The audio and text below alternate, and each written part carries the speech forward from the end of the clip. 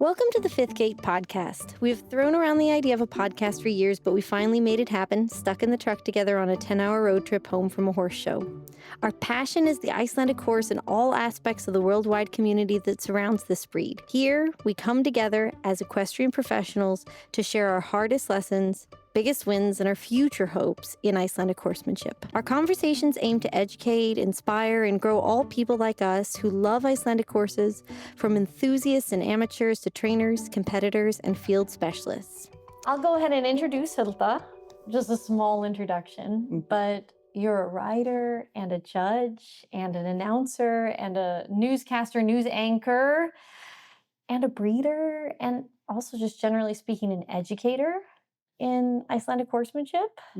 So we're really excited to have you here, and thank you for accepting our offer to come on and chat with us. Thank you for inviting me. We have all sorts of questions for you, but I want to start with just a fun one, because I think that will also help introduce you. Yes. And that is, if you had to explain to a non-horse person, someone you met on an elevator, what you do for a living and kind of what you do in your horse career, how would you describe it in like a short elevator ride? That's a long list. I actually took part once in a quiz show on TV. And in the beginning, you were supposed to tell people what you did for a living.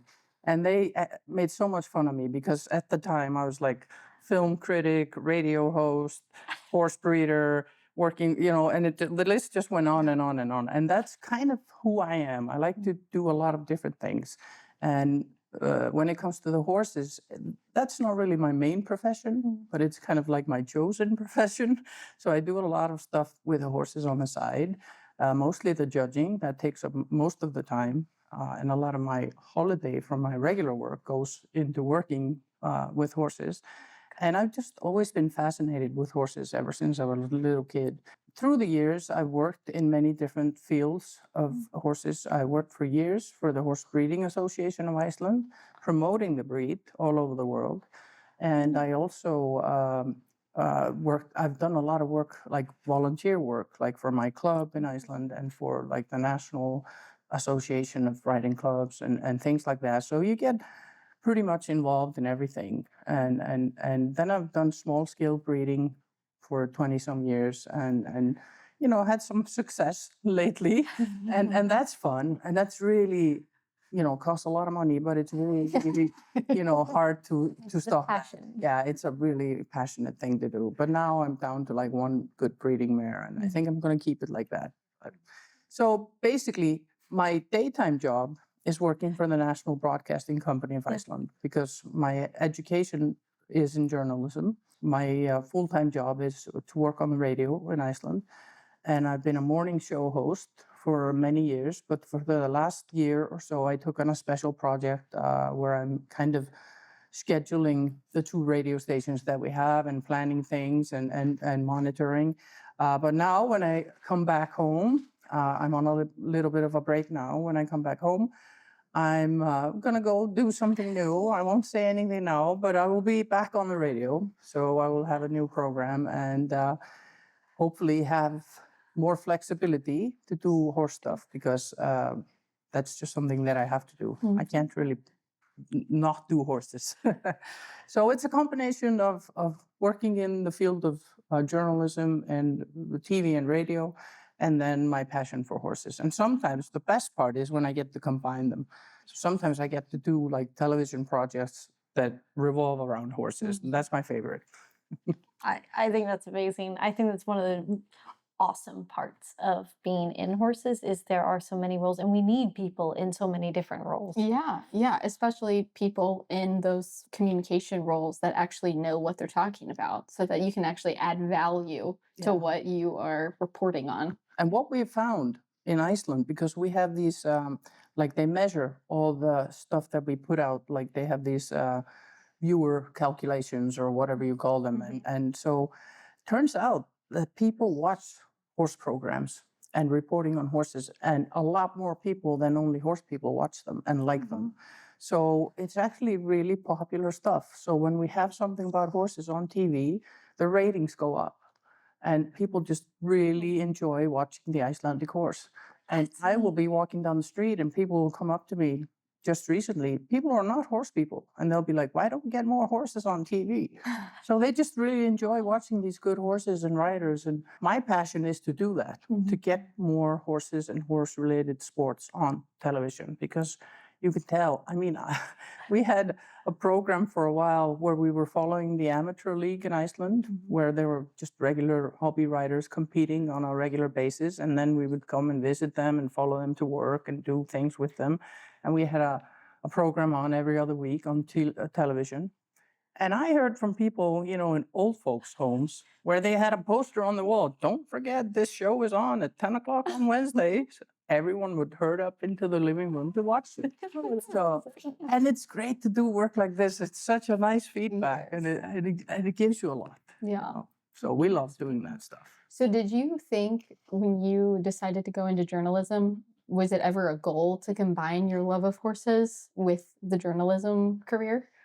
Maybe a little bit. Like when I chose where I was going to go to college, because I went to college over here in America. I went to Colorado State University, and I applied to a bunch of schools, and then I chose the one that actually had this really good equine science department and one of the best veterinary schools in the world. Even though I was going to study something else, I knew I'd be able to pick up some classes. My elective classes would all be in these departments. So I took advantage of that. And so I did a bunch of classes in these departments and really enjoyed getting a chance to get to know other breeds. So I got to ride like, you know, Western horses and English riding and all this stuff that I had never gotten a chance to do in Iceland. So I was riding, you know, my Appaloosa horse Buddy, and then I had a thoroughbred and an Arabian, and it was so good. And then later, when I started working on promoting the breed, I actually had some experience, you know, in comparison to other breeds, because when you come from Iceland with the one breed that we have and love, you know, it's the best horse in the world, and I still believe that. But when you try other things, you realize, wow, there's a lot of neat stuff out there, you know? Yeah. There's a lot of other good horses. So you got to find what makes us and our horse different and sets us apart from all these other nice breeds, because they're out there too. I wanted to study journalism originally as a small kid. I always wanted to be a vet. But there weren't many jobs in Iceland for veterinarians. In 10th grade, I did like a week where you choose somewhere to go and do like a work study. Yeah. So I went to the local veterinarian, and at the time, there weren't very many. And he basically said to me, he said, well, if you want to be a vet, you're either going to live abroad or you're going to work doing paperwork in the slaughterhouse. And I'm like, wow, that doesn't sound so exciting. So I kind of... Not very encouraging on the vet track there. No. So I kind of went off track there, and I always enjoyed writing. And I read a lot of books, and I was very into all that too on that track. And then I did like a media course in school, and I realized that I was really into this. And I think originally when I went to college, I was looking very much towards like a newsroom career. And then when I actually started working in news and in the media, I've tried all the different sorts of media. I found that I was least interested in the hardcore news. I was much more interested in the human interest stories. Yes, and people. People. And because there's always a story. And it doesn't matter where you go or who you meet, there's always a story. And so that's what I really love to do. And it's not worse if there's a horse involved. So like I say, and I've been lucky enough to be able to do that in some of these jobs. So right after graduation, I worked at the local paper in the town where I grew up, which was a really good school. You know, working at a place like that, where you just got to do everything. It's more down and dirty news. Yeah. And then, like, you know, they send you to the fish market in the morning. And then you got to go to the local basketball game in the evening. So you get a really good grip on all kinds of stuff. And I'm so old that we were actually still developing film by hand at that time. That's so cool. We didn't have digital yet. So, but it was a good time. And it was a really good school for me. So my first year or so I was there, and then I moved to Reykjavik and started working for a film company. And I've always been a film buff too, so I was in that business for a few years and did a lot of film critic work for the radio and stuff. Oh, that's fun. And then I kind of slipped into the horse business and got to combine the two by being working for Edfaxi magazine. Yeah. When that was a regular magazine on paper. I worked there for a few years, and so I've been in and out. And like I said, it's my favorite when I can combine the two. So where did your judging license come in? When I was a kid, riding, I didn't know anything about competition as a little kid. Oh. You know, I come from no horse background, Oh, okay. which is really interesting. Like, Yeah. Unique to Iceland, really. yes. And I grew up in Keflavik, the town where the airport is. And my background, like my forefathers are fishermen all the way, either from that area or the Westman Islands. No agricultural background. So I never went to like a farm in the summer like kids did. And my mom just said, she said, you were just born like this, you know, just crazy about horses from the day you could speak.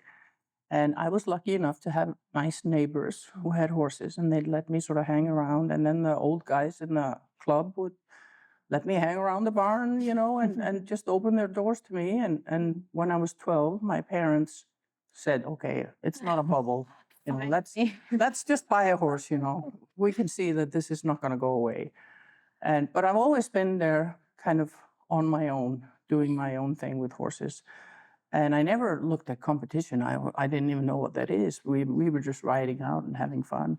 And then there was a man in my club who's passed away now, named Hallgrímur. And he was quite a figure. And Special The character. special ones are. one of those Icelandic characters. And he would have really nice horses. Whether or not he paid for them all the time is a different story, you know. But he was nice to us kids, so he would let us ride some of these nice horses. And when I was around, I think I was 15 years old, he let me ride one of his horses in a competition. That was the first time I ever went in a competition, and I won. So that lit a spark, and I'm like, wow, this is fun. You know, I came home with the trophy, and I'm like, I want to do more of this. That escalated really quickly, and at that time, we didn't have the same classes as we do today. Like there wasn't a young adults class. It was just like a teenage class and up to 16, and then you were an adult. Okay. So when I was on my 17th year, I was just competing with Diddi Bárðarson, you know. Yeah. So it was him number 1 and me number 52. But so that's kind of where I got interested in competitions. And I just immediately started working as a scribe.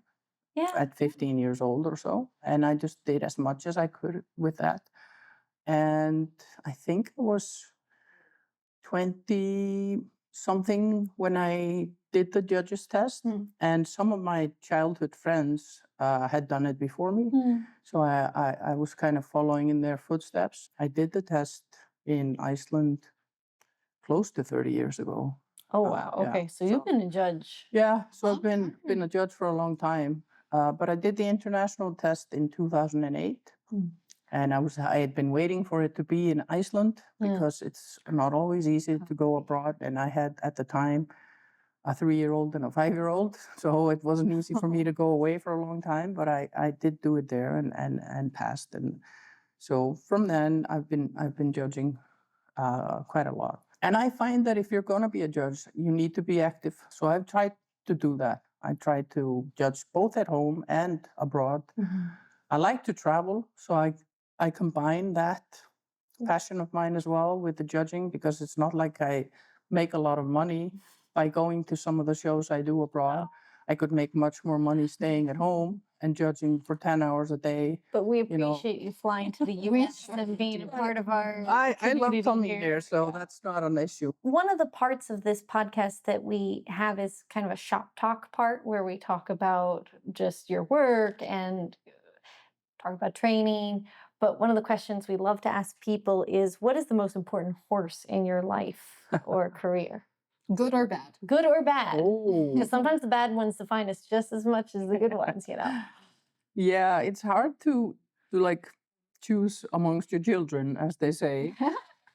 But it would be very strange for me to not mention Þristur Profeti, the stallion, who came into my life one of the old guys that I mentioned who raised me as a horseman was Brynjar, who was the breeder at Vet.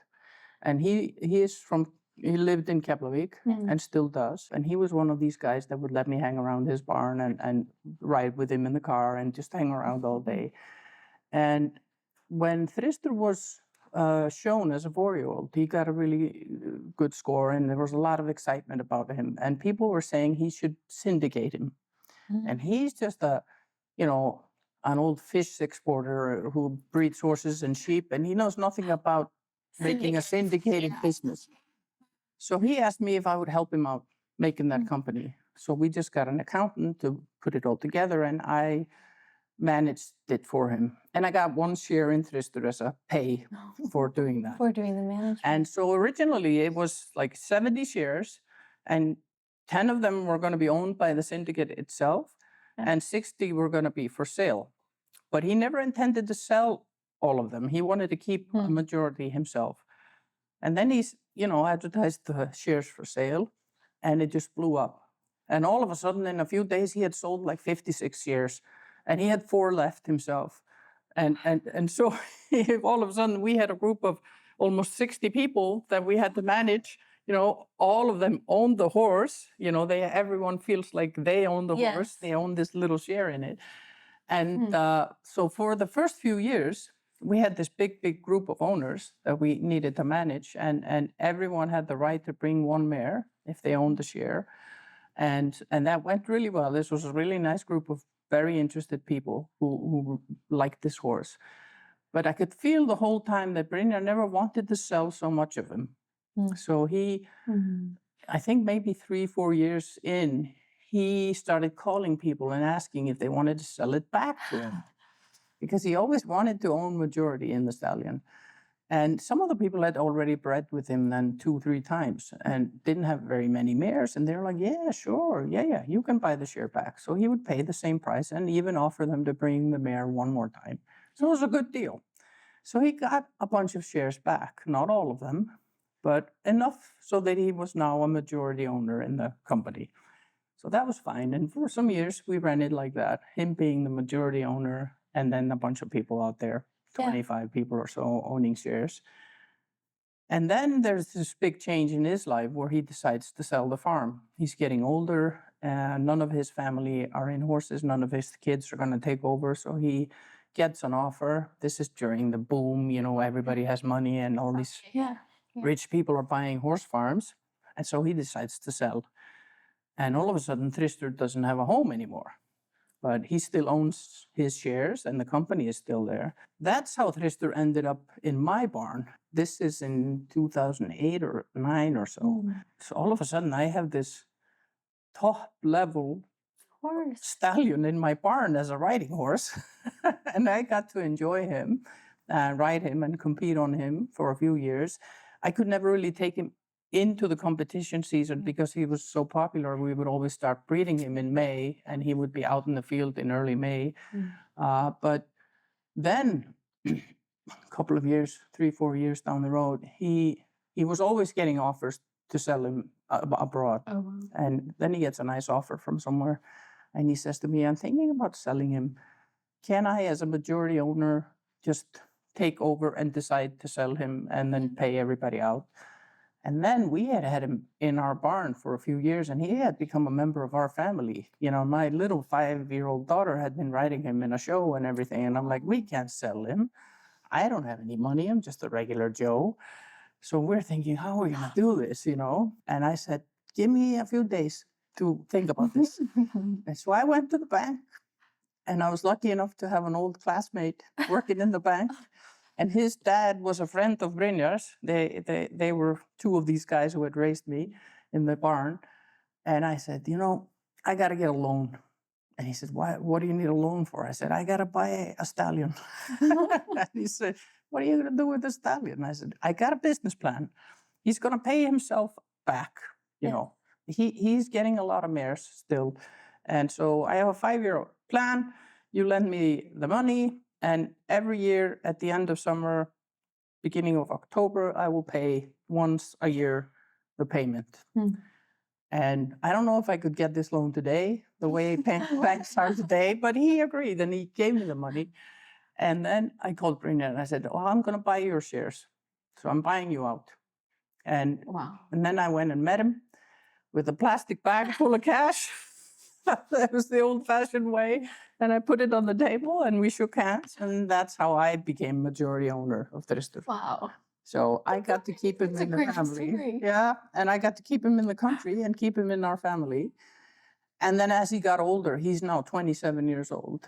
But as he got older, people who owned the other shares just started signing them over to me, Yeah. you know, after he was 20 years old or more. And so now I think there's maybe 2-3 people who still own their shares, and then the rest are signed over to me. So he's just going to live out his life with us, and he has his own little field where we have our horses, and we take him in the winter still. We don't ride him anymore, but we always shoe him and we keep him in shape. I don't know. I don't think I could have lived with myself if we would have let him, you know, go somewhere else. So, but so, you know, and then, you know, he has given me very good horses. So both my best family horse, like that I bought for my daughter when she was a little kid, and we all ride and still have and still enjoy, is his son. And then my highest rated mare is his daughter. And I have half a mare, his daughter, who is an Icelandic champion in 4-gate. And so, you know, it's just been one of those horses that had a major effect in my life. And of course, I love him to pieces. Yes. It's going to be hard when he goes because he's getting on in age, and you never know with the older horses. Yeah.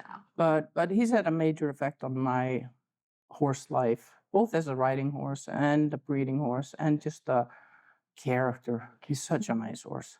You don't even know he's a stallion. He's just like an old riding school horse in there. And he's famous for giving that character to his Yeah, offspring. yeah. So And I mean, he has, I haven't looked recently, but he has more than 700 offspring Wow. registered, That is and a lot of good ones. So I'm very proud of him. And all stallions are, you know, people have different opinions. There's always going to be people who don't like this stallion or that one or whatever. I don't care. I love him. We love him, and he's part of our family, and that's enough for us, you know. So that's how, you know, a housewife in Reykjavik got to ride this horse for fun. I love it. But of course, a lot of nice horses have, you know, come and gone and been in our lives. And it's actually interesting, like there is exactly now, there is a bit of a generation change in my barn. And so I'm kind of saying goodbye and have had to say goodbye to some of the old guys in the last couple of years. And it's really hard. Yes. I mean, even if I've had animals my whole life, it's just like there's like actual grief when you have to say goodbye to these guys that you've had maybe for 15 to 20 years. And you know them like the back of your hand and every move. And I've got nice young horses coming up, and they're going to be good, and they're going to be nice horses for us. But it's just, you know, it's hard. Yeah. I mean, it's more than a pet. It's a partnership. Yeah, So exactly. yeah. Yeah. So You know the person of the horse. absolutely, yeah. So we're kind of pivoting because we want to ask you some things about being a judge. Yeah. We think that because a lot of our audience especially knows you as that, just with your presence here in the US. Being a judge is a very mental challenge that does require a particular mindset. What do you think is the most important to keep in mind when it comes to fostering that kind of mindset you need to be a judge? For me, I think it's, first of all, you have to have self-confidence. And that means having good knowledge of what you're doing. That comes both with experience and education. And I think, you know, I try to be active in whatever education is available. So go to the seminars and also educate myself. Like I have a whole wall of horse books at home. And, you know, I go to clinics and I ride horses. I don't compete very much anymore because I think it's very hard to do both. I think there can be clashes, you know, ethical clashes when you're an active competitor and an active judge. Yeah. Sometimes that can be hard. I don't mind going and maybe riding in my local club shows. You know, that's not going to get in the way of anybody anywhere. But I think it's good if judges are riders, just so that you know how horses move and how the different horses are. There's the pacey horses and the trotty horses, and it's always good to have that sense. You can have more empathy for the rider's experience. Exactly. And so I think self-confidence is number one, because if you're not sure of yourself as a judge, then you're easier to influence, and it's just harder to make decisions.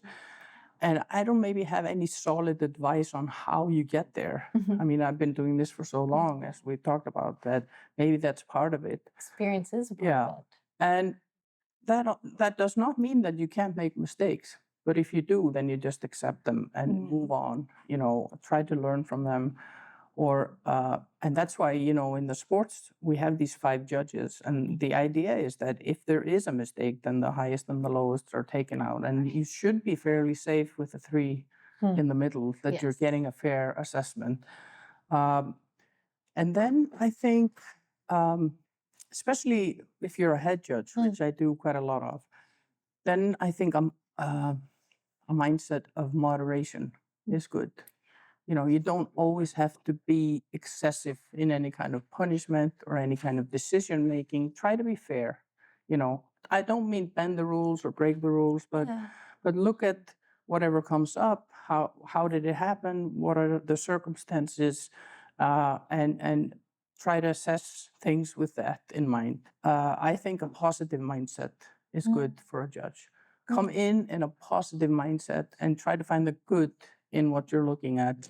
Don't come in looking for the bad things. Yes. Because they're going to come, they're going to be there, and you're going to have to take a half off for this and 1 off for this. And, it's all clear in the guidelines. If the transitions aren't in the right place, or if you break the gate, then it's really clear. You can't go higher than this, or you have to take this off, or whatever. Yeah. Some of these things are really clear. But come in with a positive mindset. Even in the lowest classes where people are beginners, there's always something good. Maybe the gates are all one big mess, but the rider has a nice seat. Yes. Yes. And try to find these things. And even if you have to point out a bunch of failures, at least put that in there too. You broke in the trot, you were rushing in the walk, but you had a nice seat. For me, that's important. Don't go in there wanting to break people down. We're trying to build them up. Well, and I appreciate that from the perspective of just encouraging and growing the community. Like, it's important for people to know what they did well so that they want to keep showing. Yes. Just from a practical standpoint. But I emphasize, I don't mean being lenient or always the nice guy. Right. But a positive mindset is important. Yes. And you can always find one comment, even if the score is a 2. Maybe there's a comment that can make a difference for someone. As a rider, I'm curious to ask you, what do you think is the biggest misunderstanding that riders and audience members have about sport judging? Wow, that's a big question. Like, what do you wish you could tell us? Like, be honest. Like, what do you wish you could be like, you guys just don't get it. Like, this is... Well... Maybe it links to the question before. Maybe I think people often think that we come in looking for trouble, like we're waiting for you to make mistakes and we're just sitting there policing things. But I don't think that's in general not like that, and I think most judges want to educate. They want to help people learn. And even if you make mistakes, that shouldn't mean don't come back, and I think that sometimes people, it's the social media thing. People talk about this on social media like anything else. And people say that you don't know anything. Well, excuse me, but I've gone through these rules 1,000 times in my lifetime. And, I do know what I'm doing, excuse me. But it's fine to discuss things and even criticize, but people are not always fair, I think, to judges. And sometimes people get crucified for one mistake. And then, or all of the judges get crucified for somebody's one mistake, And I think sometimes the discussion isn't fair. But I think our job isn't very complicated. Maybe that's what people don't know. It's simple. We have a set of rules that we work by. I think the guidelines that we work with now have helped us a lot. They made it clearer, like where to draw the lines. Like, maybe I see a horse that I really like. The gait is really nice. It's got these big movements, but there's something wrong with the riding style, or there's something, and then I know where to draw the line because we have these boxes that we put things in now, and we're always trying to improve them and make them more clear. And that should also help the riders because all this stuff is accessible online. I mean, you can look at all this stuff. It's no secret that we keep in a book somewhere. It's all open.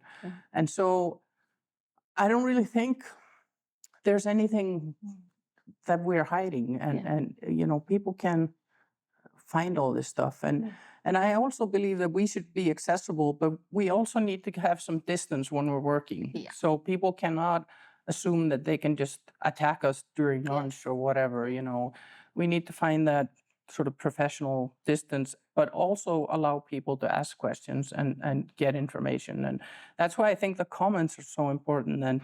And now we're like here at this show, we're using the iPads for the first time. And then everyone has to learn, the scribes and everybody, how to get the comments in there, and the judges how to phrase the comments so it doesn't take forever to put them in there. And so this is work in progress, but then you get the feedback that you want from the show.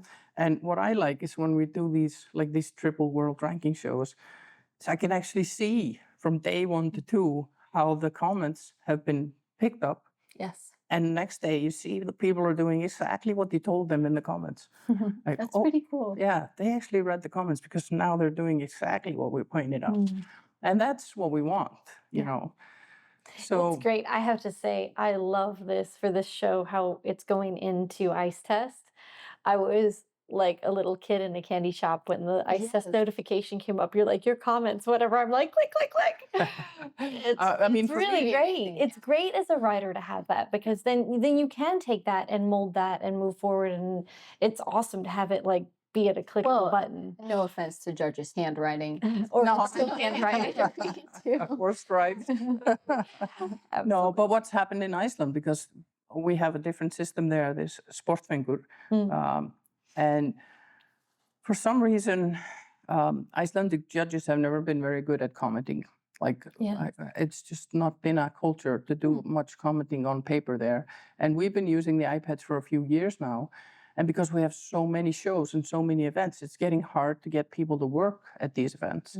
So the trend is now that you just have your own iPad. So the judge is putting the score in, and then there's no time to comment. Because even just putting in the score means you have to look down.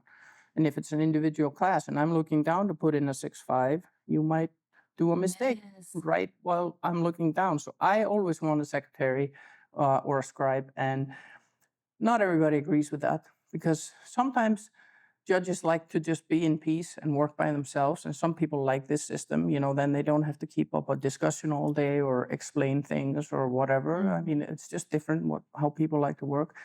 But for me, just to be able to keep my eyes on what I'm looking at the whole time, I think we need someone there. And in Sportfinger, there is not that option that Ice Test has to send the comments or show the comments. And that's why nobody puts them in. The judges are not going to waste time putting it in when nobody gets them. So I hope they're going to Update that system. Update that and put that in the software. Even if you I think it would be easy if you sign up for a show, you put in your email to sign up anyway. When you're finished, your marks are sent in, you just get an email with your comments. This is all work in progress, but for me, the comments are very important. And even if sometimes we've been judging a long day and you've said the same thing maybe 100 times, pacey or trotty or too fast or too slow, these are 90% of the same phrases are coming again and again.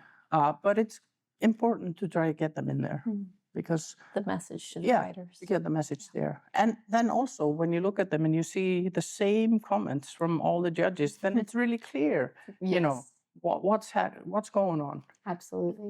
Yeah. Okay. So not as big of a question this time. What's your favorite sport class to judge? I don't know. I really like all of them. I have to be fair. I mean, 12th has always been a nice class to judge. I mean, nice speed changes because you know how difficult they are to ride and they're so technical.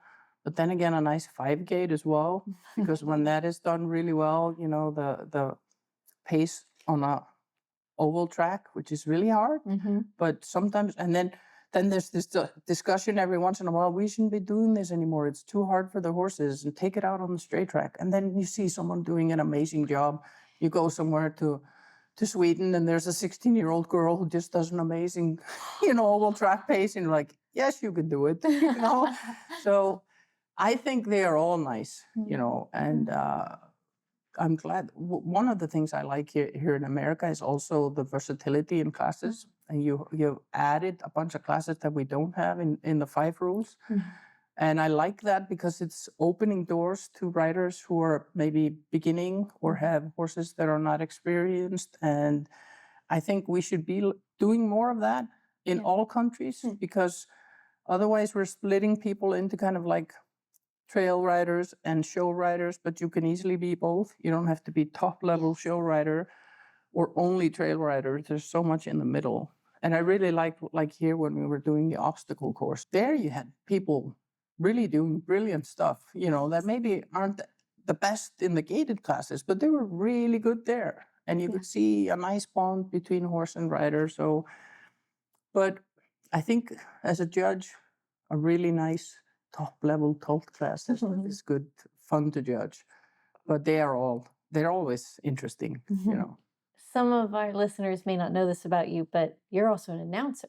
So here, when you come to the States, you often judge, but you often play a role in the announcing. We're curious if you have any tips on what skills announcers should cultivate and what makes a good announcer, because we're training up announcers here in the States, and there are actually very few people that are really skilled announcers in our industry as a whole. And as a writer, I know how negatively a poorly announced show can kind of impact the rider and the spectator's experience. So I'm curious if you have any tips or tricks or advice for people that are maybe looking to step into that role. Yeah, there's actually a nice speaker's checklist available on the 5 web. And I know in Iceland, we've done something like that, like a speaker's manual that's really helpful. The basic skills are just being calm, not letting it freak you out or stress you out. Just, you know, it's not the end of the world if you make a mistake. I also work for the National Soccer Association in Iceland, so I announced at the national games. And that was the other day, there was a cup final. It's like one of the biggest games of the season. And there was a goal, and I had to announce who had scored the goal. And we had some technical issues with the big screen going on at the same time. And I said, hey, there's the goal, you know, number 7. And I say the name, and I'm looking at the guy with the screen. And then I go back and I look at, and I announced the player on the other team, number 7. So not the end of the world. So I said, oh, well, I went to the wrong line. Sorry about that. So, you know, if you make a mistake, you just correct it, you know. It's good to know the basic rules.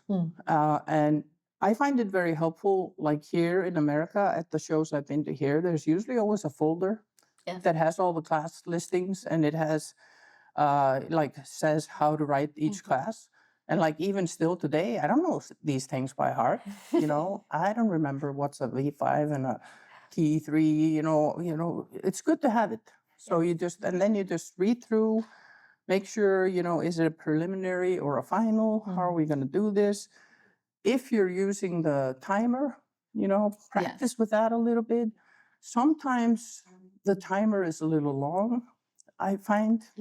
Especially if you're on a smaller track or there's fewer horses. So you get a sense of that as well as an announcer. But if you're at a big official event, you always use the timer. You would always do that. And I think a little bit of humor is good because it takes the stress out if you make some fun of yourself or some situation.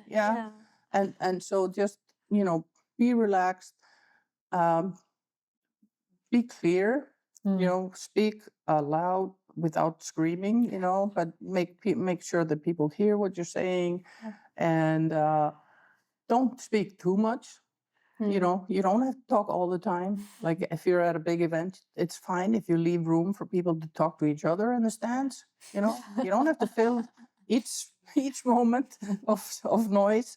So I really like announcing because then you get to watch everything from the best spot. You know, you don't miss anything, but you have no responsibility like when you do when you're a judge. So it's a lot of fun. It's usually not paid for though. So but if you get a really good announcer, I think you should get paid. But like at local shows and stuff like that, you know, it's nice to have some volunteers who do that. And in Iceland, we're getting more and more people involved in that, you know, and it's a fun way to get involved in the showing and the show business without, like, if you don't want to ride or if you don't want to judge or aren't a judge. But this is a way to get into the heart of showing. Well, and all of the events that we do in our horse communities require community. You need people in all the different roles. Absolutely. You need someone to open the gate. You need someone to clean the track. But we can't do it if we don't have everybody on board. And volunteering in those roles, you learn so much just being there. And everybody, because I mentioned the gatekeeper, everybody can have an effect on the riders.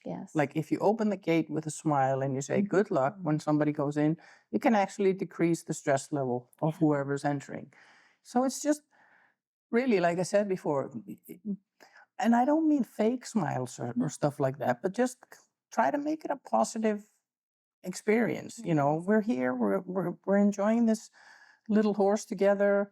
And I've said this at a couple of shows this year, you know, with all the stuff that's going on in the world, you know, today, how privileged are we that we can hang out together at horse shows all over the world with this little Icelandic horse that's brought us together. I have friends all over the world because of this horse.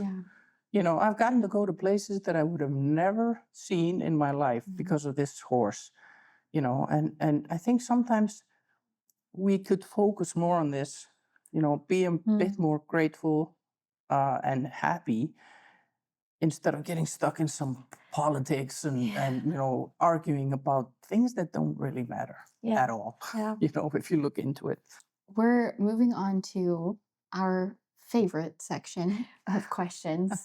This is kind of this is a part of the branding of our podcast. We like to talk about the future of horsemanship and just get each person's perspective on what they see now versus what they think we'll see in the next 10, 20 years.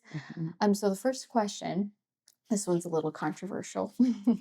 What do you dislike most about sport shows currently? And how do you see us potentially fixing the issue in the future?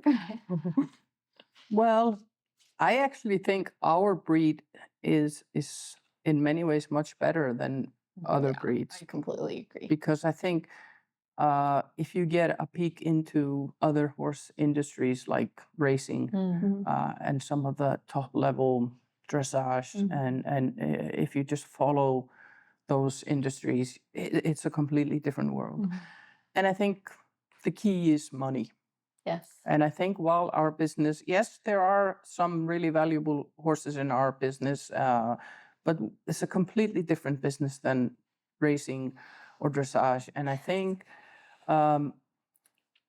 you know, I think we need to be careful not to head in that direction. And I think for a while, maybe we were heading in that direction, you know, as far as demands on the sport horse go, you know, and I think we need to be careful with all our rules regarding just shoeing and equipment. But I think we've really put a lot of emphasis on horse welfare in the last few years with the increased veterinary checks and equipment checks and all that. And I think that's been a success. And we even have surveys showing results, like in Iceland, after they started doing this big equipment and veterinary checks at the biggest shows like Landsmót. They actually see good results. There's a lot fewer mouth injuries. There's a decrease in these things that were on the rise for a long time. And I think increased education is also important in that factor. So I think we kind of got over the worst part. I think we are improving again. And there is a big discussion in general on animal welfare in the world. And then there's this whole ethical question of just our license to use animals for fun and sport and, making money.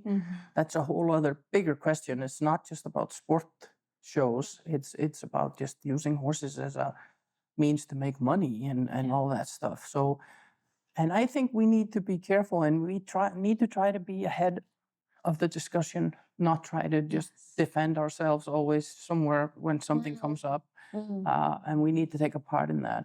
And we saw this with the Olympics last year when there was this whole case with Charlotte Dujardin and her case. You don't want to be in that position to try to defend something afterwards. We want to lead when it comes to these matters. And I think there is a shift in the attitude. Icelanders have always been very sort of happy-go-lucky. We do things our way. We don't need rules. We know how to do things. But I think we are realizing now that we do have to play by the rules. And we are a part of an international community now. And we're also just being a part of FIVE makes us have to do that. And we're no longer a controlling part of FIVE. We're just one of the few, who make up a big community. So for now, if just practical things back home in Iceland, as a judge, sometimes the shows are way too long for us as judges. Doesn't matter for someone who's showing 1 or 2 horses and can go back home. But I think it comes down on the riders. If you're judging a 12 to 14-hour day, maybe judging for 4 or 5 hours without a break. There's a reason why classroom classes are 40 to 50 minutes, because that's how long we have of an attention span. So we need to improve these things. We need to make sure judges have good facilities, they get breaks. And this is not because we need to be spoiled, It's just so that we can do better work. We can take a little break. It doesn't have to be a long break, 10-minute break every now and then. We can use the toilet so we can eat something. And then we do better work. So it is improving a little bit, and FIVE has set some rules about the length of working days. But there's still room for improvement, and it's important when you're working long days. This takes a lot of energy. You have to focus for hours and hours and hours, and just to have something healthy to snack on and a nice, good lunch. And maybe some privacy during breaks where you can discuss things without other people listening and stuff like that. So practical things that are improving and can be improved. But in general, I think, we're on a pretty good track, but we need to think there's the whole horse welfare issue that we need to be a part of. We can't deny it, and we can't, act like it's none of our business, because it is. How do you see our sport evolving in, say, the next 20 years? I don't know. I've often thought, because I don't see our format change so much. We have that oval track and the pace track, and we have our classes. And in all the years that I've been judging, we haven't changed any of that. And sometimes I wonder, we can't be at the final station, really. There's got to be.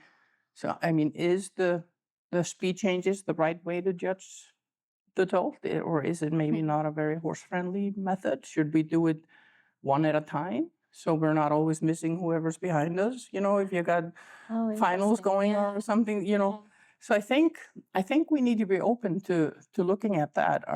Are there better ways to assess what we're looking at? Structure our tests. Yeah. What is the best structure that's horse welfare friendly and also is easy to judge and fair to judge? Yeah. And I think a lot of the mistakes that are made, especially in finals, where you have to sit in the middle, because in Iceland we're so often outside of the track, and then you have a better overview of the whole track.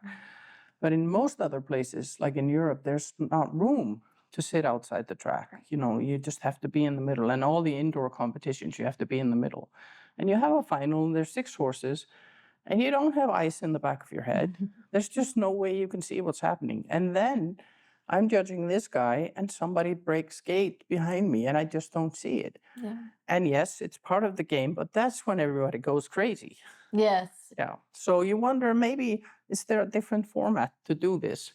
Now they have in soccer, they have this screen judging, which is making everybody crazy. But I'm not saying we should go that way, but I think we should be more open to development of the tests and of the tracks, and maybe we shouldn't be so stuck on having a registered 250-meter track to be able to hold a sanctioned show.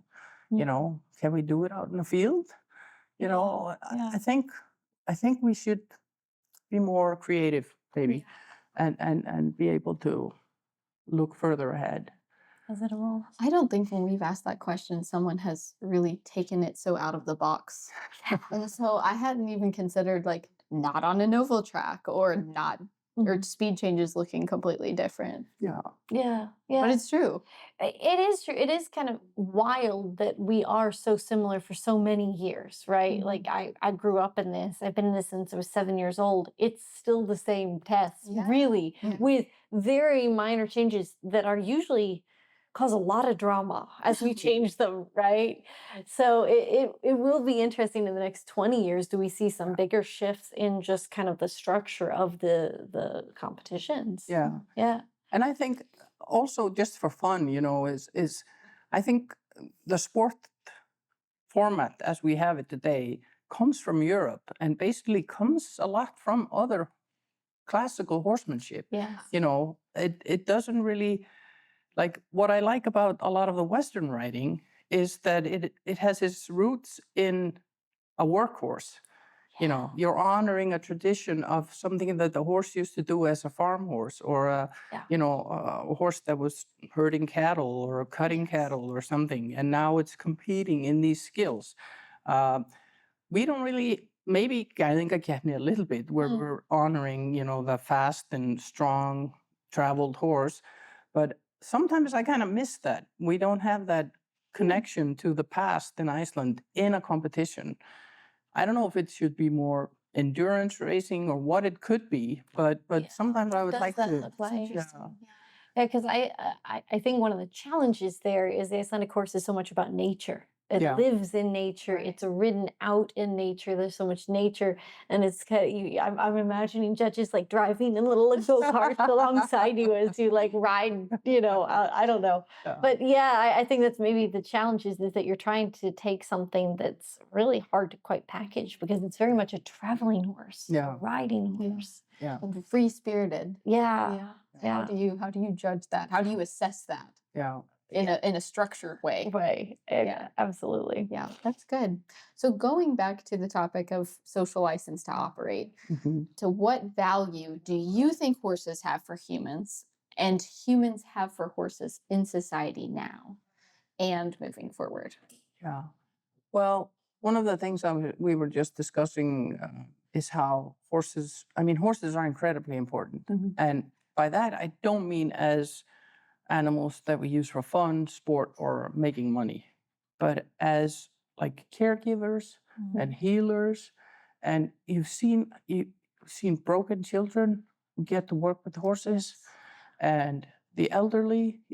I'm following this Instagram account where they take these miniature horses into the elderly homes, and I'm just sitting there like crying on the phone, and they go in there and they have these people who are comatose almost, and they all light up when they bring in these little ponies and they get to pet them, and you have all these stories about how horses help people, and we know this. That's where do we go when we need some encouragement or someone to lean on? Well, the horses are there, and so I think horses are really important to us. They're just a kind animal that gives back, even though they can't talk to us. And they're an important part of our life, even if you're not a rider, you could still enjoy horses. And so, but then there's this social license to operate, and there's all this discussion. And just a good example for me, being in a family of 4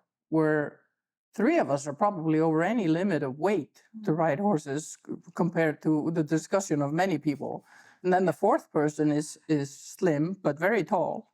Yeah. And I'm like, if some people were to make up the rules, we'd all be out. Yeah. But we're also in a country where there's only one horse breed, and it's this size, but it's carried everybody throughout the centuries, and it's strong and it's sturdy. And I've never had any problems with my horses. They have not had bad backs or bad feet or anything, and we take good care of them. But it's still a part of the discussion. Yeah. So I find it good that we're taking part in research, like regarding that, like the weight bearing capacity of horses, anything like that, where we can get ahead of the discussion. And then when somebody points out and says, "Oh, you're too big for that horse," like my son, who is, he should have been in basketball. He would have been a major success. But he's like, the Shaquille O'Neal type, this massive tall guy. But he loves horses. Am I going to tell him you're too big to ride horses? No, I'm going to try to find big, strong horses for him so he can enjoy this like us. But what are we going to do if somebody puts out a law that says, you're too tall and too heavy to ride a horse? So we're in a different position because he can't just go and buy a different horse breed like you can if you live in another country. You can choose a different type of horse, a stronger, bigger, sturdier horse. We can't do that in Iceland. So we can try to, choose them and breed them. But it's good, if the research is showing, yes, these horses can carry a lot of weight. Of course, maybe shorter distance with a heavier rider, but it's not life-threatening for them to carry someone who's bigger. But we need to be scientific about it. Yes. And also so it doesn't become like any kind of prejudice, Yeah. You don't want to be the fat kid on a horse. No. And so there's a lot of stuff like this that we need to consider. There was also part of the original marketing of the Icelandic horse when it started to go abroad was how hardy it was. You don't need to keep it inside. You barely have to feed it. And a lot of people took that to heart. And so these horses were just standing outside in the field somewhere, barely getting any food. Yeah. That's not true either, So we have to, follow the horses, make sure they're living a good life, and follow the discussion. Even though there's maybe not a heavy discussion in Iceland about horse welfare, but it's in the industry, and a lot of it reflects on us, like the discussion in the dressage industry about the bits and the blue tongue and all this stuff. Maybe we see some reflections of that in our competitions, and so this we gotta watch. One of the things I find a little bit difficult as a judge that now we have more like mouth checks and equipment checks and stuff like that. I find that we as judges are being asked to give a professional opinion often on things that I don't think we are educated to do. I am not the veterinarian, but I am asked to scale a mouth injury on a form. Is this or this or this? How serious is this bruise? Well, I can see if there's a cut. I can see if there's active bleeding. I can do certain things with certainty. There's certain yes/no answers, but giving a professional opinion on something is that's a lot of weight. Yeah, so I feel more comfortable with like the bigger shows, like the World Championships and the Landsmót in these places where they actually have veterinarians doing these checks. But I think maybe we need to reassess or look at these checks that we're doing in some of the shows, the bigger shows in Europe, where we are expected to really make decisions that, affect people and horses. And sometimes I would like to be able to get some professional backup, before I decide, oh, well, this horse is out. Yes. And sometimes you can call in a veterinarian, but, I feel like sometimes I'm being asked to decide something that I am not qualified for. Yeah. We all need to educate ourselves so riders, everybody is also more active in understanding those things. I teach a lot of clinics, and one of the things I'm always surprised by is everybody doesn't know how to actually check their horse's mouth, right? Like that's just not a skill that anybody's been introduced to. And a lot of them even misunderstand it and think that they need to just check the outside of the horse's mouth. And that's a very common misunderstanding. And so there's just a lot of education there that is totally lacking for 90% of average riders. And most competition riders now are understanding this more, but there's also the enormous populations of horses where there is no check, right? There's no there's there's there's no one coming behind you after a trail ride and checking your horse's mouth except for you. Yeah. And also at many of the shows where we're doing this, we don't really have the equipment. Like we don't have anything to open the horse's mouth properly. Yes. You know, we're putting our hands in there and trying to see things. And so I think this is something we could do differently or better, you Yeah. know. Of course, we're trying to do it as well as we can Yeah. for now, but this is something we could improve, I think. Final little question. Yeah. Coming to the US, what do you think is the thing we should lean into as a community here? The most difficult thing here is the distances, is how huge this country is. And so I think you need to focus on building communities like a little spiral. Like if there is a place where you have some knowledge and you have some facilities, like, you know, here where we're placed right now, and build from there. And because it's so hard to service someone who lives 3 days away, but they also need to feel like a part of a community. So any kind of online service you can provide, events you can put on and invite people to come to, even if it takes a while to get there. It's the building of communities. Doesn't all have to be about shows. It can be about any kind of education, just meeting other people who own this horse, because this is a special horse and you can get isolated out in your neck of the woods Yes. riding on the trail on this horse that nobody else has. I mean, I know it's hard to say, lose the politics, you know, because it's everywhere, you know, where you have any kind of clubs and stuff like this. But that's the key to growing, is to try to work together, even if you have differences of opinion. What I like about the United States and the possibilities here, and which is so different from Europe, is that you have space here. You have land, you That's have so true. room to grow, you have possibilities to breed horses here in an environment like in Iceland with big herds and on big land. In Europe, this is just not a possibility. There's no room anymore. You know, you can't find places like this. So, and also I think Americans, for us who come from somewhere else and look at you, are open. They're much more open to different kinds of horses and different kinds of riding styles and stuff like that. Europeans are much more classical in their riding. And especially if you go to the UK, you know, we have been trying to market the Icelandic horse for the longest in the United Kingdom, longer than in Germany. But we've had the least success there because they are so stuck in the rules. And, you know, they have their own manual of horsemanship. Yes. You know, the heels on your shoes are supposed to be like this, and you know, you ride like that, and you do like. And an Icelandic horse is a pony because of its height. But here, people are much more open. Americans are just like that. You know, they're up for new things. You know, they're ready to try things, and so I think there's endless possibilities here. The import phase is hard. There are few flights. It's expensive now. So that's something to focus on and try to get people in Iceland involved with you in that, to open up that bridge. Serious breeding on this side of the ocean, you know, would help. Needs to happen, yeah. Yeah.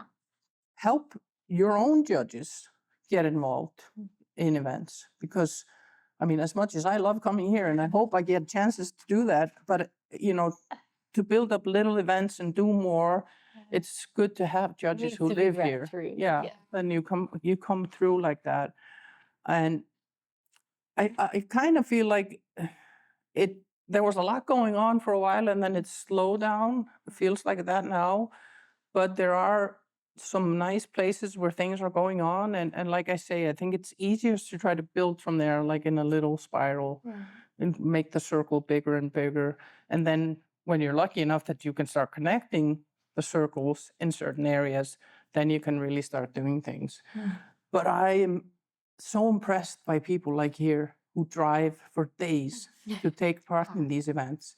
And I mean, sometimes I've seen people who've driven for 3-4 days to take part in a show. And in Iceland, we whine if we have to go to Hólar, you know, which is a 4.5, 5 hour drive, you know.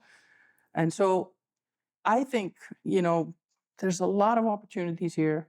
There's a lot of positive aspects that I see.